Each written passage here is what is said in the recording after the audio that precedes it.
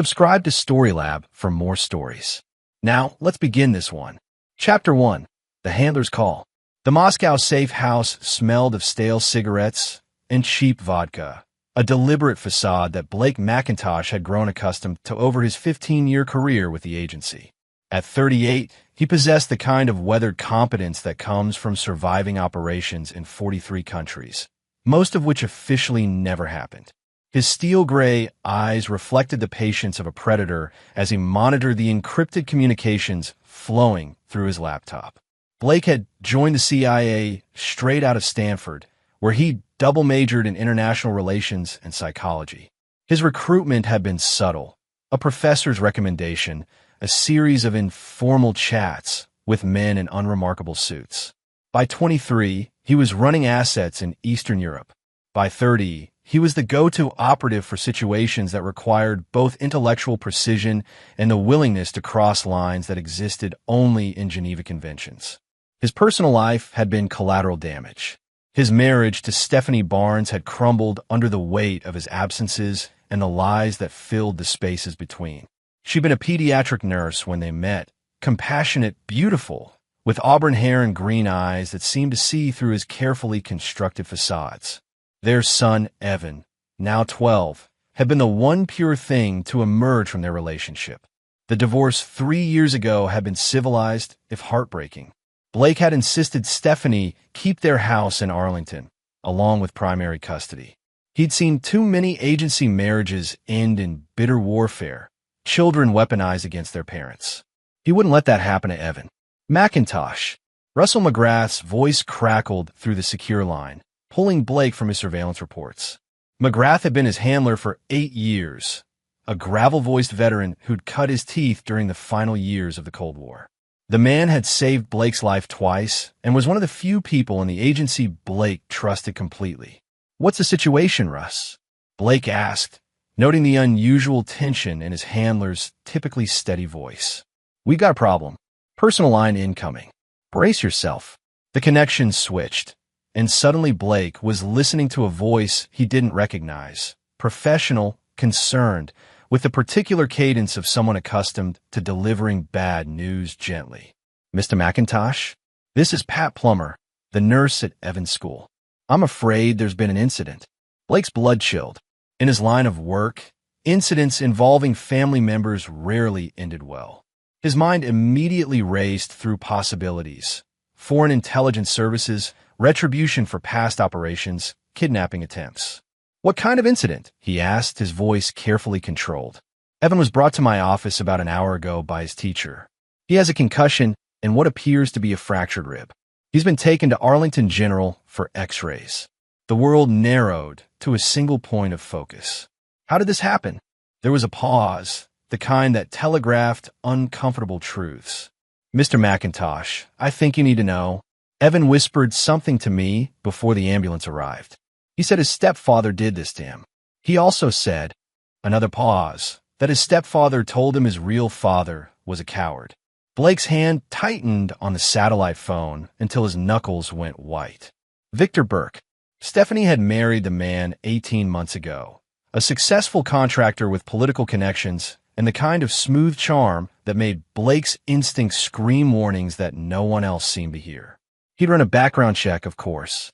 Former military, honorably discharged after serving in Iraq. Clean credit, no criminal record, active in local charities.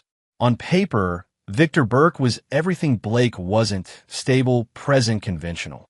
The perfect stepfather. Apparently, paper lied. Russell's voice cut back in as the call transferred. When he spoke again, his tone had shifted from professional to something Blake had only heard a handful of times. The voice of a man who'd decided someone needed to die. "Blake, listen to me carefully. Burn your passport. There's a diplomatic jet fueled and waiting at Domodedovo. You're going home, and we're going to make this right. Russ, I can't just. The hell you can't. That little boy is your blood. Nobody, and I mean nobody, hurts your family and walks away from it. You taught me that." Blake was already moving, muscle memory taking over as he began the shutdown protocol. Files encrypted and wiped, equipment secured, cover identity dissolved like smoke. He'd done this dance dozens of times, but never with this particular mixture of fury and purpose burning in his chest. "What's the official story?" he asked, shouldering his go-bag. "Family emergency leave. Completely legitimate. As for what happens when you land." Russell's voice carried a grim smile. "That's up to you. But Blake? Make it count." 30 minutes later, Blake was airborne, watching Moscow shrink beneath him through the jet's window. He spent the 8-hour flight not sleeping, not eating, but planning. By the time they touched down at Andrews Air Force Base, he had 17 different approaches mapped out, each more final than the last. Victor Burke had made 2 critical mistakes. First, he'd hurt Blake's son. Second, he'd called Blake a coward. Only one of them was going to survive the correction of those errors. Chapter 2. Homecoming Shadows. Arlington General's pediatric ward felt like enemy territory as Blake navigated its sterile corridors. He'd shed his Moscow identity completely during the flight. The rumpled academic persona replaced by the concerned father in pressed khakis and a navy blazer. To any observer, he was simply another worried parent, not a man whose last confirmed kill had been 72 hours ago in a Siberian warehouse. He found Evan in room 314, small and pale against the white hospital sheets. The boy's left eye was swollen shut, purple-black bruising spreading down his cheek like spilled ink. Bandages wrapped his ribs, and a monitoring device tracked his vitals with soft, persistent beeping. "Hey, kiddo," Blake said softly, pulling a chair close to the bed. Evan's good eye opened, focusing with the effort of someone fighting through painkillers. When he recognized his father, something shifted in his expression, relief mixed with shame that made Blake's chest tighten. "Dad? How did you—" "I was on a plane the second I heard." Blake reached out carefully, letting his fingers brush Evan's uninjured hand. "How are you feeling?" "Stupid," Evan mumbled. "I should have fought back." "You have fought back." The words hit Blake like a physical blow. His 12-year-old son, lying broken in a hospital bed, was apologizing for not being warrior enough. The rage that had sustained him during the flight crystallized into something cold and purposeful. "Listen to me," Blake said, leaning closer. "What happened to you wasn't your fault. Not any of it. And you're not stupid. You're smart enough to survive, which is the most important thing." "But Victor said—" "Victor is wrong about a lot of things. We're going to fix that." The door opened, and Stephanie entered with 2 cups of coffee, freezing when she saw Blake. She looked older than her 34 years, stress lines etched around her eyes. Her auburn hair was pulled back in a practical ponytail, and she wore scrubs that suggested she'd come straight from her shift at the children's hospital across town. "Blake." Her voice carried a complex mixture of relief and apprehension. "I didn't know you were back." "Emergency leave." He stood, noting how she positioned herself between him and Evan, not protectively, but as if she expected an explosion. "We need to talk."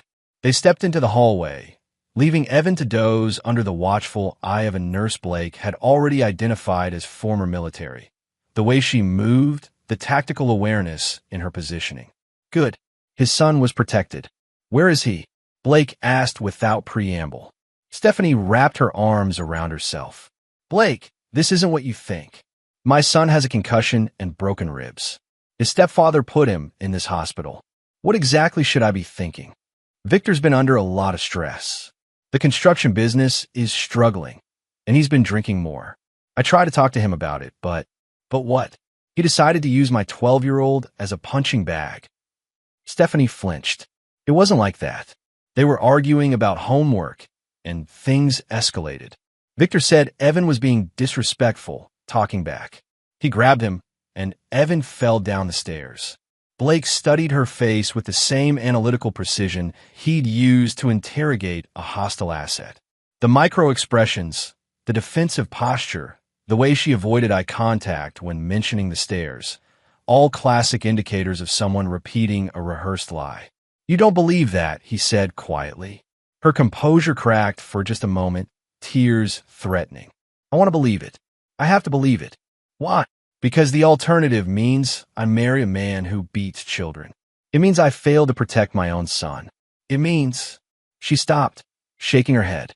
Blake felt a flicker of sympathy for her position, quickly overwhelmed by his fury at her choices. "Where's Victor now?" "Home. He's very sorry about what happened.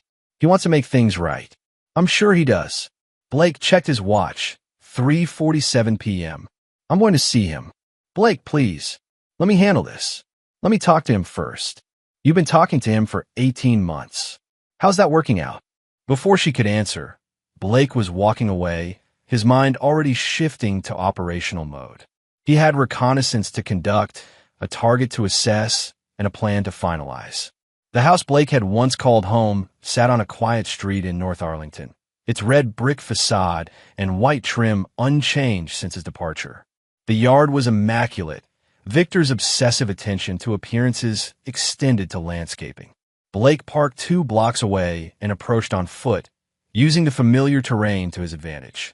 Victor's black F-150 sat in the driveway, engine ticking as it cooled.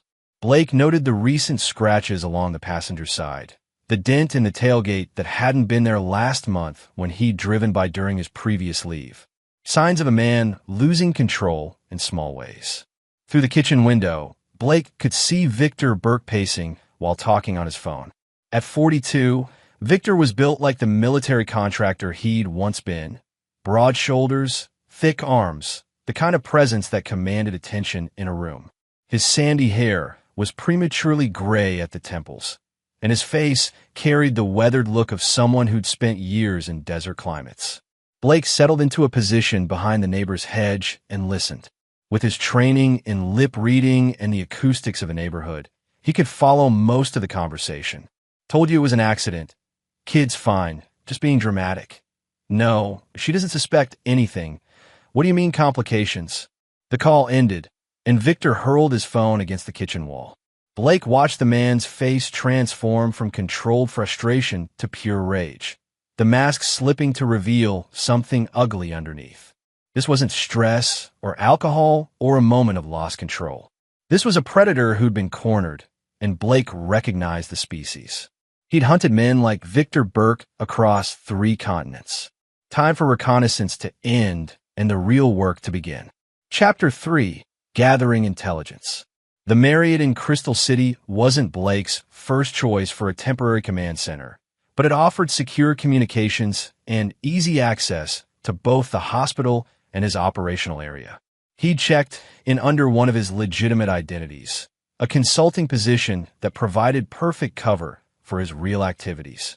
Blake spread surveillance photos across the hotel desk like a general planning a campaign. Victor Burke's daily routine, vehicle patterns, business associates, financial records, all legally obtained through methods that would have impressed his CIA trainers. In 48 hours, he'd built a comprehensive profile of his target. Victor Burke was not the man he pretended to be. The surface biography was accurate but incomplete. Yes, he'd served in Iraq as a contractor, but his discharge hadn't been entirely honorable. 3 separate incidents involving excessive force, 2 formal complaints from Iraqi civilians, and a pattern of behavior that had gotten him quietly transferred away from sensitive operations. His construction business was hemorrhaging money, kept afloat by increasingly desperate measures. He'd taken loans from people who didn't traditionally operate through banks, and his repayment schedule was becoming untenable. The stress was showing in his personal life. 3 bar fights in the past 6 months, 2 domestic disturbance calls that had been smoothed over with his charm and connections. Blake's phone buzzed with an encrypted message from Russell McGrath. Package delivered to Safe Deposit Box 247, First National of Arlington. Key in usual place. No records. Translation: whatever Blake needed to solve this problem was now available, officially non-existent, and completely deniable.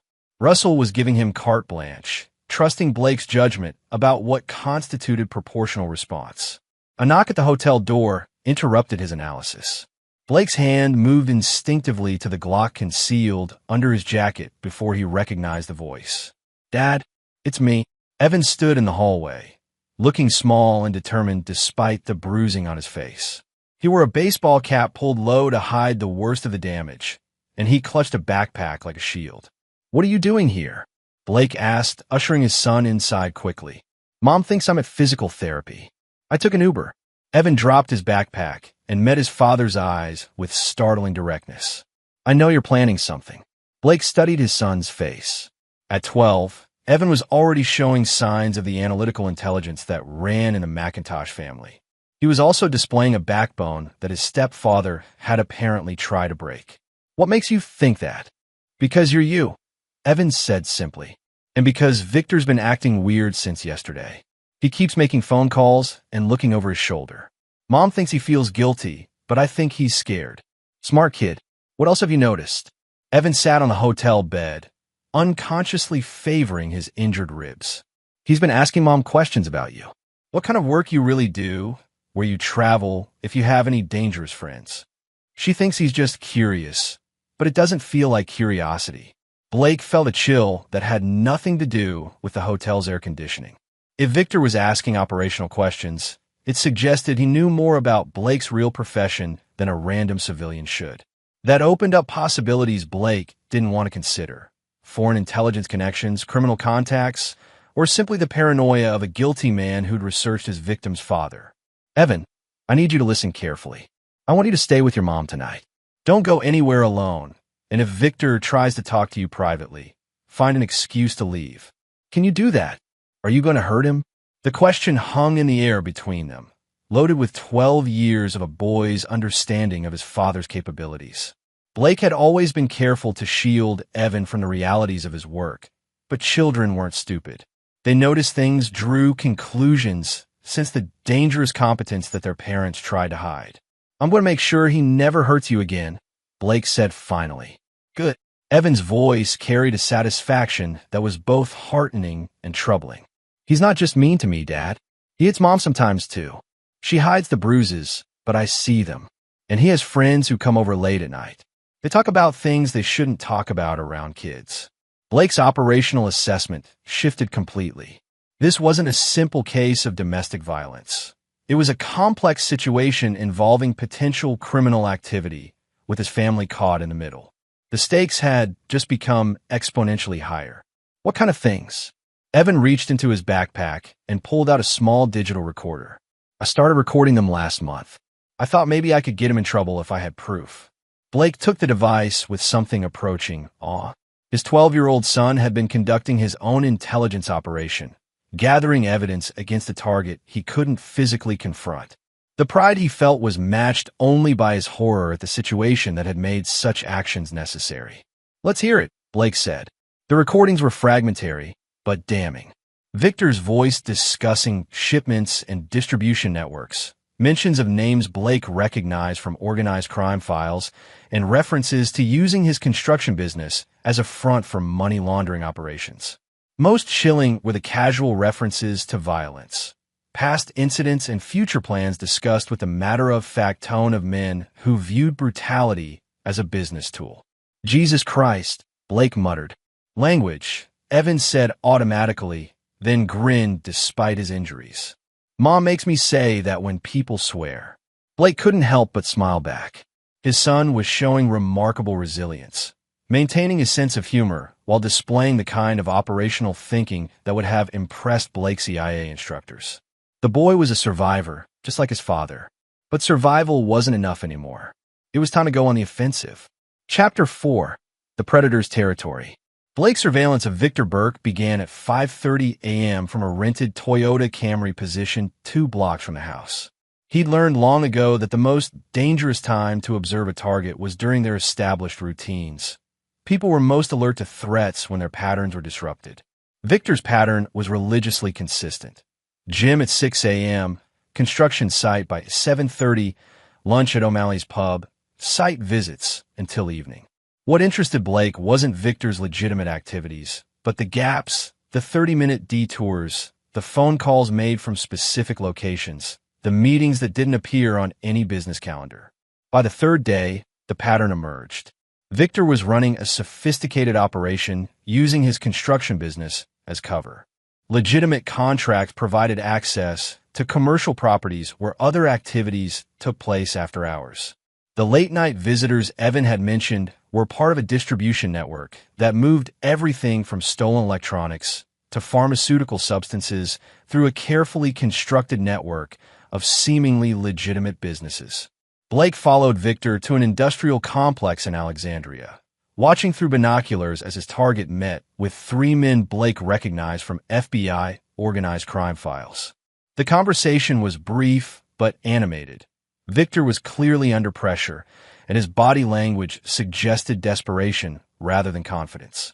One of the men handed Victor a manila envelope. Even from a distance, Blake could see the thickness that suggested cash. Victor counted the contents, his face tightening with what looked like disappointment or anger. More words were exchanged, voices raised despite the obvious risks of being overheard in a public space. When the meeting ended, Victor sat alone in his truck for nearly 20 minutes, making phone calls Blake couldn't overhear. Then he drove directly to a liquor store, emerging with a bottle in a brown paper bag. By the time he reached home, he'd consumed enough to make his walking unsteady. Blake's phone buzzed with a text from Stephanie. "Can you pick up Evan from school? Victor's not feeling well." Translation: Victor was drunk, and she didn't want Evan around him. Blake felt a familiar surge of protective fury, tempered by the tactical opportunity this presented. Evan was waiting in the school pickup line, his backpack heavy with homework, and the digital recorder Blake had returned to him with specific instructions about when and how to use it. The boy slid into the passenger seat with practiced ease, automatically fastening his seatbelt. "How was school?" Blake asked. "Boring." "How was reconnaissance?" Evan replied with a straight face. Blake laughed despite himself. "When did you learn that word?" "I looked up what you do for a living." "The CIA website is pretty vague, but there are other sources." Evan pulled out his phone, showing Blake a Wikipedia article about intelligence operations. "I figure if I'm going to help, I should understand the terminology." "You're not going to help. You're 12. I'm already helping. I've been gathering intelligence for weeks before you got here." Evan's voice took on the patient tone of someone explaining the obvious. "And I know Victor better than you do. I live with him." Blake considered this as they drove through Arlington traffic. In any other situation, involving a child in an active operation would be unthinkable. But Evan wasn't just any child. He was already deeply involved, had been conducting his own investigation, and possessed information Blake couldn't obtain through conventional surveillance.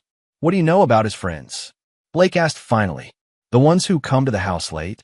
Leon Koch comes by twice a week, usually around 11 p.m. He's nervous all the time, keeps checking his watch and looking out windows. Frank Cervantes shows up maybe once a month, but when he does, Victor gets really tense. He makes Mom go upstairs and sends me to my room." Blake filed the names away for later verification. "Anyone else?" "There's a woman, Adrienne Goff. She's different from the others. Victor's scared of her, I think. When she calls, he drops everything and goes wherever she tells him to go." Adrienne Goff. Blake knew that name from his criminal database research. A mid-level player in the DC organized crime scene, known for her intelligence and ruthlessness. If Victor was working for her organization, the situation was more complex than simple domestic violence. It also provided Blake with additional leverage. They pulled into the hospital parking garage where Stephanie was finishing her shift. Blake had arranged to meet her here, away from the house and Victor's potential surveillance. "How is he?" Blake asked when Stephanie joined him in the car. "Drunk. Angry. He keeps talking about how he's going to handle the situation before it gets out of hand." She looked exhausted, worn down by months of walking on eggshells around an increasingly unstable man. "Blake, I think we need to consider getting a restraining order." "That's not going to solve this," Blake said carefully.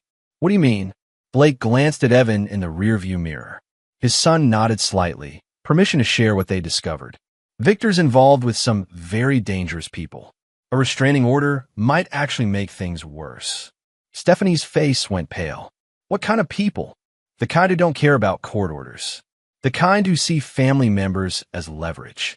Blake pulled into a parking space and turned to face her fully. "Stephanie, I need you to trust me. Both of you. I'm going to handle this, but I need time, and I need you to be careful." "Handle it how?" Blake met her eyes with the same steady confidence that had gotten him through 15 years of dangerous operations. "The way these things get handled when courts and police can't help." Stephanie searched his face for several long seconds, seeing something there that made her decision. What do you need us to do? Chapter 5. The Web Unravels. The First National Bank of Arlington maintained safety deposit boxes in a vault that had survived 3 major renovations. Its security systems updated, but its basic architecture unchanged since 1962. Blake retrieved the package Russell McGrath had arranged, finding exactly what he'd expected: clean documentation, untraceable funds, and equipment that officially didn't exist.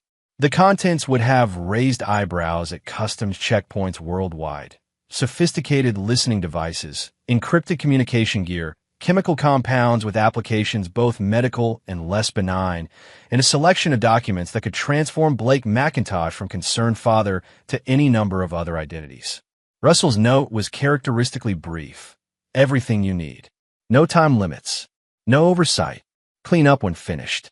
Blake returned to his hotel room to find Evan waiting with another recording, this one captured just hours earlier. His son's operational instincts were proving remarkably acute. He positioned himself near Victor's home office during a phone call, and the audio quality was surprisingly clear. Told you I'd handle the father situation. Victor's voice crackled through the small speaker. Yeah, I know who he works for. You think I'm stupid? But he's just one man, and he's got weaknesses. A pause, then the kid's his weakness. And the ex-wife. He won't make a move as long as we've got them close. Just needs to look like an accident when it happens. Blake's blood went cold. Victor wasn't just a domestic abuser or small-time criminal. He was actively planning to eliminate Blake as a threat. The casual tone suggested this wasn't his first experience with targeted killing. When Victor continued, soon, I got people watching him, tracking his movements. Guy thinks he's invisible, but he's not as smart as he believes. Former military always think they're invincible right up until they're not. The call ended with arrangements for a meeting Blake couldn't quite make out. But the message was clear. Victor Burke had declared war on the McIntosh family, and he had resources Blake hadn't fully appreciated. Evan was studying his father's face with disturbing intensity. He doesn't know about your real job, does he? He thinks you're just regular military. Apparently. Blake ejected the recording device and slipped it into his jacket, which gives us an advantage. What kind of advantage? Blake looked at his 12-year-old son, seeing intelligence and determination that reminded him uncomfortably of his own youth.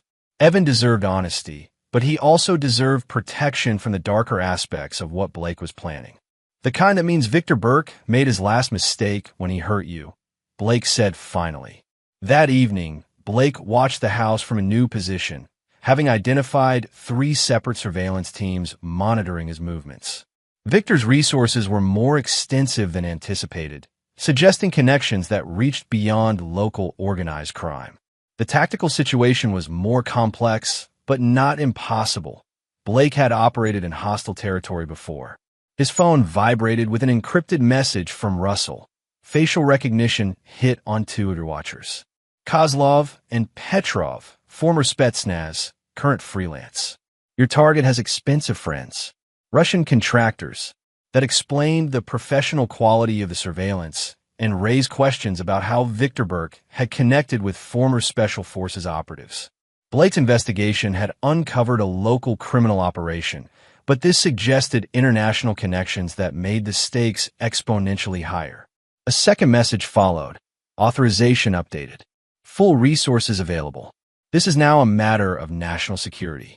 Blake smiled grimly. Russell was giving him permission to treat this as a full CIA operation, with all the resources and legal protections that implied. Victor Burke had escalated the situation beyond simple domestic violence into something approaching foreign intelligence activity on American soil. Time to respond in kind. Blake's operational planning accelerated, drawing on 15 years of experience in eliminating threats that couldn't be handled through conventional channels. The approach would be methodical, comprehensive, and completely untraceable. The kind of operation that would leave investigators with nothing but questions and bodies. But first, he needed to ensure his family's safety. Evan and Stephanie would need protection during the active phase, and Blake knew exactly where to place them. His phone rang. Stephanie, her voice tight with barely controlled panic. "Blake, you need to get over here. Victor came home an hour ago with two men I've never seen before. They're in the garage, and I can hear them talking about the problem and permanent solutions. Evan's upstairs pretending to do homework, but I think they know he's been listening. Get Evan and get out. Now, don't pack anything. Don't leave a note. Just walk out the back door and keep walking until you reach the park. I'll pick you up there in 10 minutes. Blake, what's happening? War, Blake said simply. And we're going to win. Chapter 6, Escalation. The safe house in Fairfax had been a CIA asset for 12 years. Officially a consulting firm's executive retreat, actually a fortress designed to protect high-value assets during complex operations. Blake drove there through a surveillance detection route that would have shaken any tail, Stephanie and Evan silent in the back seat as the implications of their situation became clear. "How long do we have to stay here?" Evan asked as Blake showed them through the reinforced doors and state-of-the-art security systems. "Until I've eliminated the threat," Blake replied, then caught Stephanie's sharp look. "Until the situation is resolved," he corrected. The house was comfortable but impersonal, stocked with everything they'd need for an extended stay. Blake activated the security protocols and established communication with Russell McGrath, updating his handler on the latest developments. "Russian contractors complicates things," Russell said through the encrypted connection, "but it also gives us more operational freedom. If Victor Burke is working with foreign nationals against American citizens, we're authorized to treat him as a hostile intelligence asset. Meaning he's no longer a law enforcement problem. He's a national security threat, and you're authorized to handle him accordingly." Blake understood the subtext. Victor Burke had just lost the protection of American legal system. Whatever happened to him now will be classified, compartmentalized, and officially never discussed. What about his associates? Same authorization applies to anyone working with him. Clean sweep, Blake. Leave no loose ends. Blake spent the next 6 hours conducting detailed reconnaissance of Victor's operation, using resources that went far beyond what a concerned father should have access to.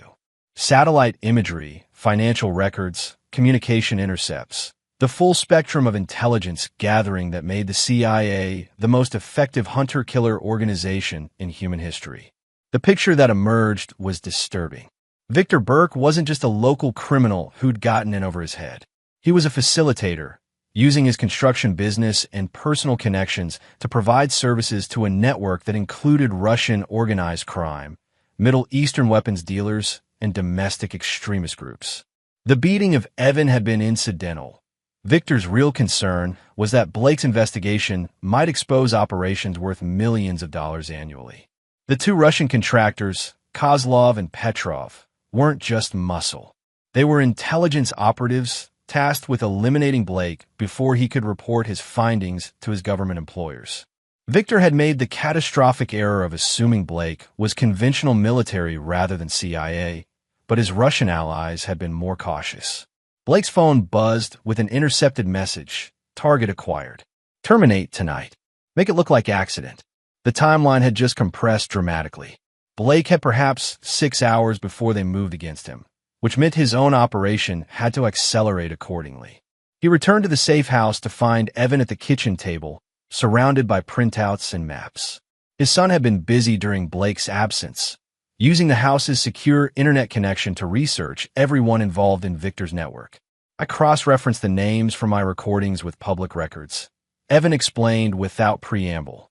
"Leon Koch has 3 outstanding warrants in Maryland. Frank Cervantes owns 4 different businesses, all registered in the last 18 months. And Adrian Goff." He paused dramatically. "She's wanted by the FBI for questioning in connection with 2 unsolved murders." Blake studied his son's work with growing admiration and concern.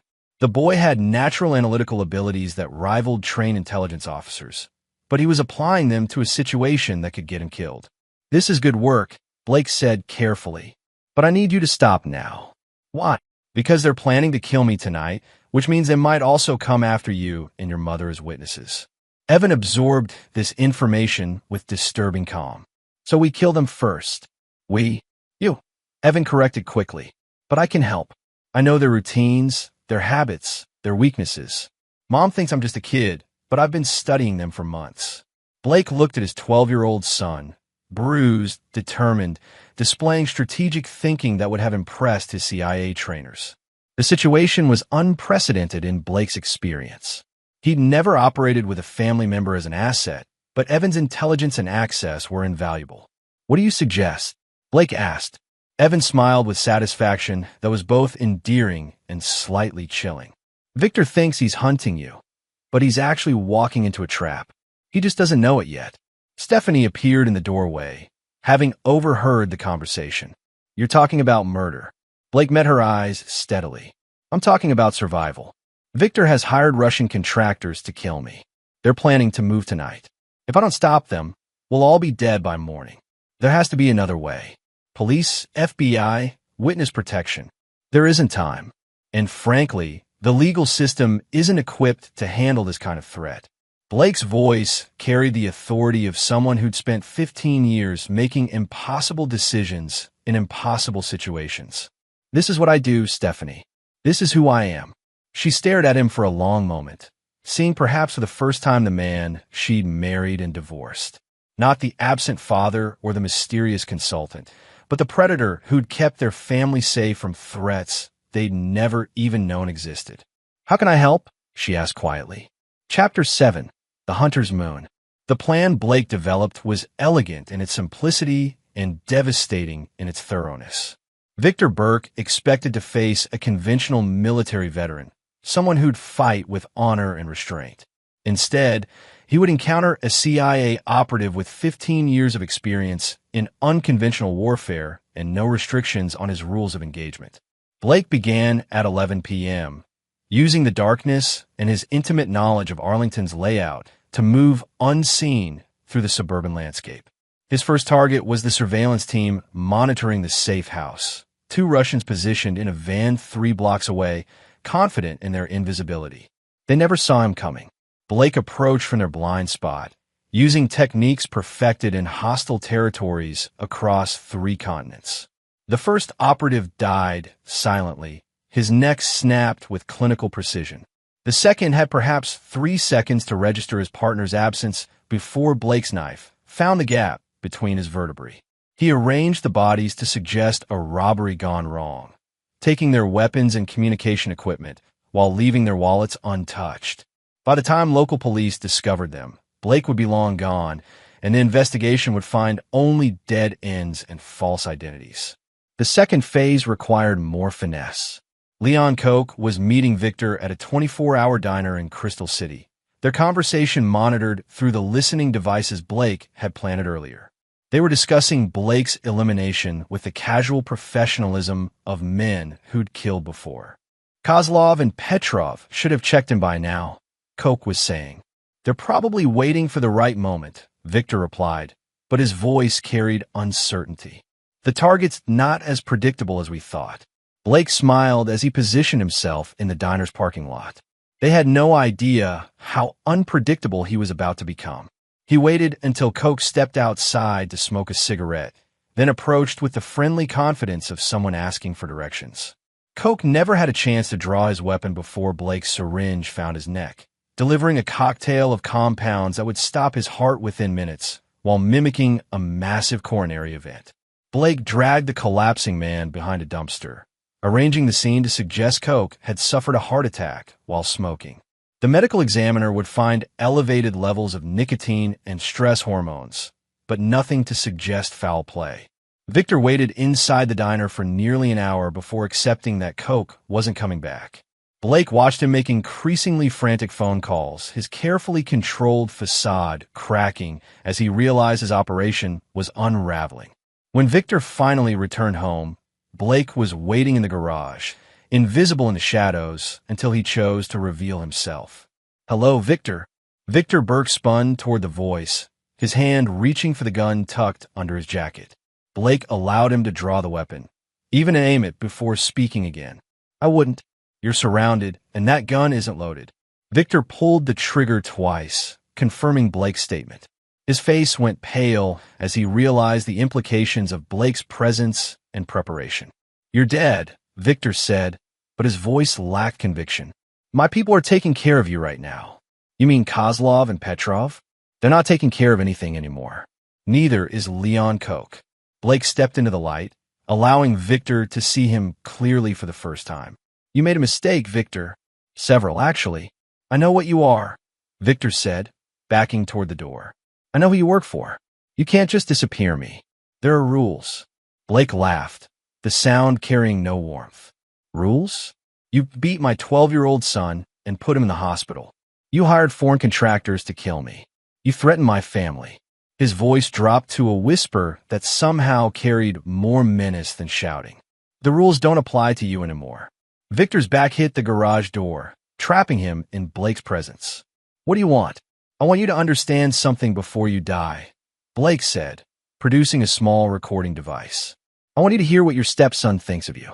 Evan's voice filled the garage, clear and determined. My real dad isn't a coward. He's the most dangerous man I know. And when he comes home, you're going to learn what fear really means. Victor's face went white as he recognized the recording from his conversation with Evan just before the beating. The kid was wired. The kid was smart. Smarter than you, certainly. Smart enough to gather evidence. Smart enough to survive until I could get here. Blake circled Victor like a predator toying with wounded prey. Smart enough to help me plan your death. The garage door behind Victor suddenly rattled upward, revealing Evan and Stephanie standing in the driveway. Victor spun toward them, desperation making him reckless. Stay back, he shouted, producing a knife from his belt. I'll kill them both. Blake's response was immediate and final. The throwing knife that had been concealed in his sleeve found Victor's throat with surgical precision, severing his carotid artery and dropping him to the concrete floor in less than 3 seconds. Victor Burke died watching his own blood pool around him, his last sight Blake's cold smile, and his last sound Evan's satisfied good. Chapter 8, Cleanup Protocol. The cleanup operation began immediately, Blake's training taking over as he processed the scene with methodical efficiency. Victor's death had to appear accidental or, at minimum, unconnected to Blake's presence. The story would be simple. Victor Burke, facing financial pressure and criminal investigation, had suffered a fatal accident in his own garage. Blake removed all evidence of his presence while Stephanie and Evan waited in the kitchen, processing what they'd witnessed. When he joined them 20 minutes later, Victor's body had been repositioned to suggest he'd fallen on his own knife while moving equipment in the dark garage. The security cameras had been temporarily disabled, their memory cards replaced with edited footage showing no visitors during the critical time frame. Is it over? Stephanie asked. Not yet. Blake checked his phone, noting several missed calls from numbers he recognized as Victor's criminal associates. There are still loose ends. Adrian Goff arrived at the house within an hour, bringing 2 associates Blake didn't recognize but whose bearings suggested professional muscle. Blake watched from concealment as they discovered Victor's body and immediately began searching the house for evidence of their operation. Find everything, Goff ordered, her voice carrying the authority of someone accustomed to being obeyed. Financial records, contact lists, anything that connects back to us. And find that recording device the kid was using. Blake smiled. They knew about Evan's intelligence gathering, but not about Blake's involvement. They still thought they were dealing with a domestic situation, not a CIA operation. His phone buzzed with a text from Russell McGrath. Local assets in position. Ready to provide support. Blake responded, beginning final phase. Maintain perimeter. He slipped back into the house through the basement entrance, moving with the silent precision that had kept him alive in hostile territories. Goff and her people were methodical but noisy, their focus on evidence collection making them vulnerable to Blake's approach. The first associate died in the kitchen, Blake's garrote cutting off his air supply before he could alert the others. Blake dragged the body into the pantry and continued his hunt. Goff was in Victor's office, photographing documents with professional efficiency. She was smart, careful, exactly the kind of opponent Blake respected and eliminated without hesitation. Her death was quick and quiet, a single injection to the neck that would mimic a stroke. The final associate presented more of a challenge, having noticed his partner's absence and drawn his weapon. Blake found him in the living room, back to the wall, scanning for threats with military precision. "I know you're here," the man called out. Victor said the ex-husband was military. "You want to do this soldier to soldier?" Blake considered the offer for perhaps 2 seconds before rejecting it. He wasn't a soldier anymore. He was a predator eliminating threats to his family. Honor was a luxury he couldn't afford. The man died as he'd lived, with a weapon in his hand and defiance in his eyes. Blake arranged all 3 bodies to suggest they'd killed each other in a dispute over Victor's death, criminals turning on each other when their operation collapsed. By dawn, Blake had eliminated every immediate threat to his family's safety. 7 people had died during the night, their deaths carefully staged to appear unconnected to Blake's presence or CIA involvement. Local police would find evidence of a criminal organization that had imploded due to internal conflict, with no surviving members to contradict the official story. Blake returned to the safe house as the sun rose over Fairfax, finding Evan and Stephanie waiting for him with coffee and the kind of breakfast that suggested they hadn't slept either. "How many?" Evan asked without preamble. Blake studied his son's face, seeing curiosity rather than trauma. The boy understood what had happened and why it had been necessary. "All of them." "Good," Evan said with satisfaction. "What happens now?" "Now we go back to our lives," Blake said. "Victor had an accident. His criminal associates had a falling out. None of it has anything to do with us." Stephanie was quiet during breakfast, processing the night's events. When she finally spoke, her voice was steady. "Will there be others? More people like Victor?" "Probably not. This was a local operation, and we eliminated the entire network."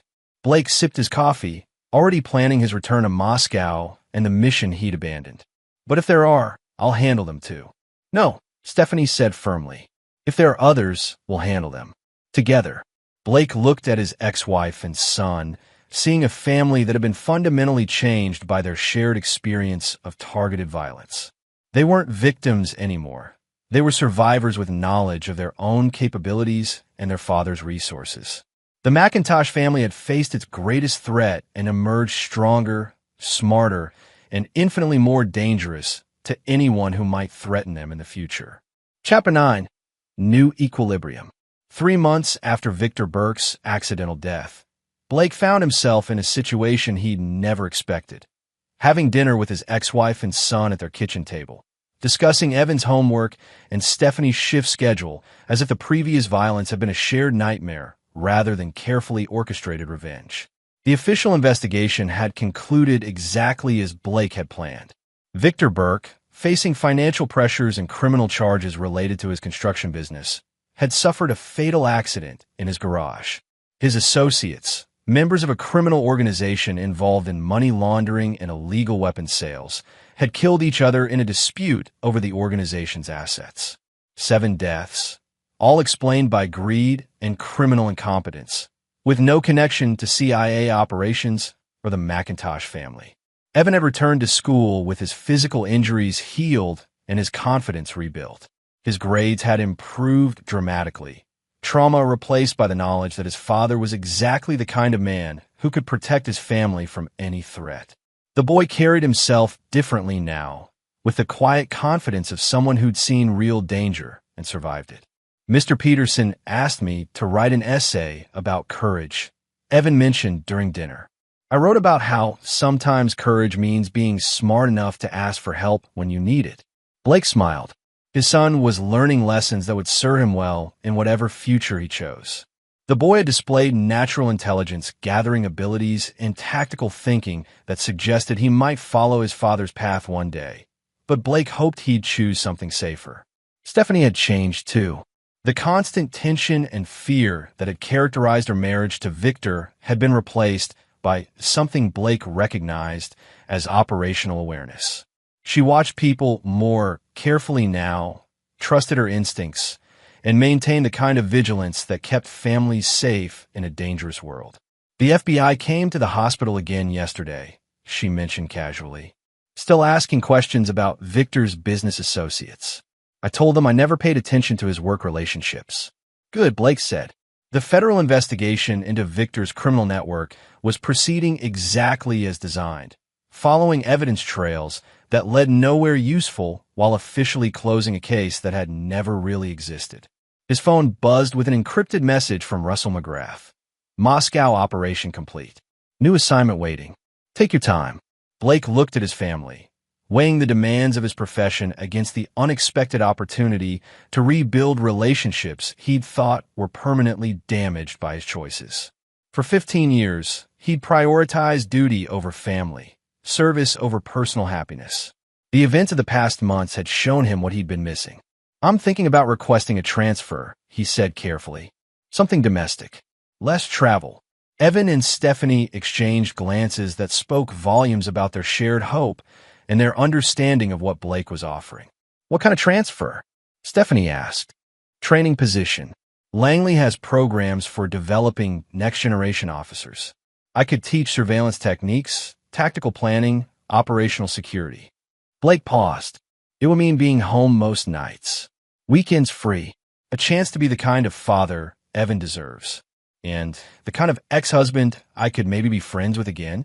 Stephanie added with a smile that reminded Blake why he'd fallen in love with her years ago. Blake's phone rang. Russell McGrath's direct line. He answered with the professional courtesy that 15 years of partnership had earned his handler. "Blake, I know you're on family leave, but we've got a situation developing in Berlin. High priority target, timeline compressed.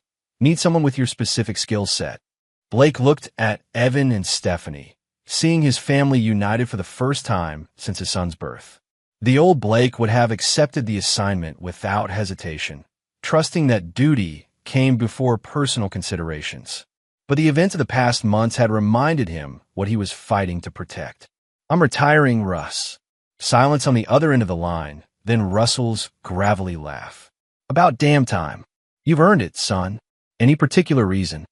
Blake watched Evan help his mother clear the dinner dishes, the boy moving with the easy confidence of someone who knew he was loved and protected. "I remembered what's important. Family. Family." Russell's voice carried approval and understanding. "The Berlin situation can wait. Hell, most of them can wait. But Blake, if you ever change your mind, there's always a place for you here." Blake ended the call and joined his family in cleaning up after dinner, participating in the kind of domestic routine he'd observed but never shared. When Evan excused himself to work on homework, Blake found himself alone with Stephanie for the first time since their divorce. "Are you sure about retiring?" she asked. "You spent 15 years building that career." "I've spent 15 years learning skills I hope I'll never need to use again," Blake replied. "But the past months showed me that everything I learned has one purpose: protecting the people I love." Stephanie studied his face with the analytical precision she developed as a nurse, looking for signs of uncertainty or regret. "And if another Victor Burke appears in our lives?" Blake's smile carried all the confidence of a man who'd eliminated 7 threats to his family in a single night. "Then I'll handle it. But next time, we'll see it coming earlier." They sat in comfortable silence as evening settled over Arlington, a family reunited by violence but sustained by love. Blake McIntosh had spent 15 years serving his country by eliminating threats around the world. Now he would serve his family by ensuring that no threat would ever reach them again. The war was over. The McIntosh family had won, and Blake had finally come home. This is where our story comes to an end. Share your thoughts in the comments section. Thanks for your precious time. If you enjoyed this story, then please make sure you subscribe to this channel. That would help me a lot. Click on the video you see on the screen, and I will see you there.